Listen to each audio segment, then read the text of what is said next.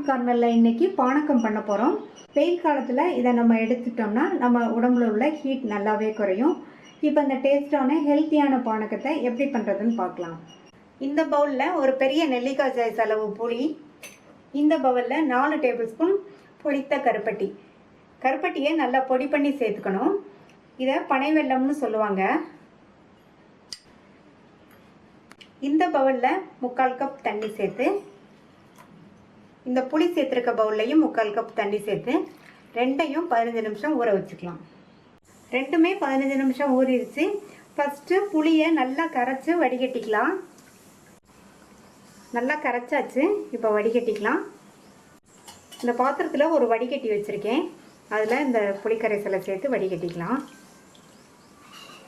இதில் இன்னொரு 1/4 கப் தண்ணி சேர்த்து நல்லா இந்த ஜூஸை பிழிஞ்சு விட்டுறலாம்.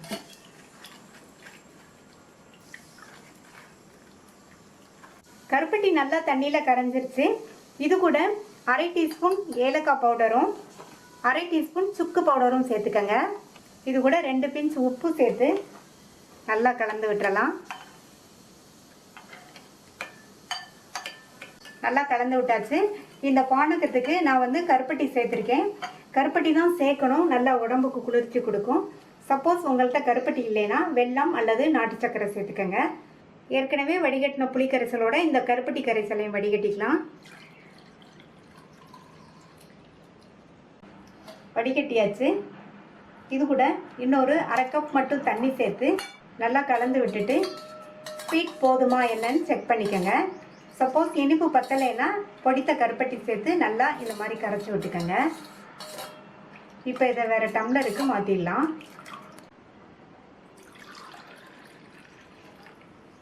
நான் இதில் ஐஸ் க்யூப் சேர்க்கலை. ஐஸ் க்யூப் சேர்க்காமல் குடித்தாதான் நல்லது. நீங்கள் விருப்பப்பட்டீங்கன்னா சேர்த்துக்கங்க. சுவையான உடம்புக்கு குளிர்ச்சி தரக்கூடிய பாரம்பரியமிக்க பானகம் ரெடி ஆயிடுச்சு. நீங்களும் இதே மாதிரி பானக்கம் ட்ரை பண்ணி பார்த்துட்டு உங்கள் கமெண்ட்ஸை சொல்லுங்கள். தேங்க்யூ.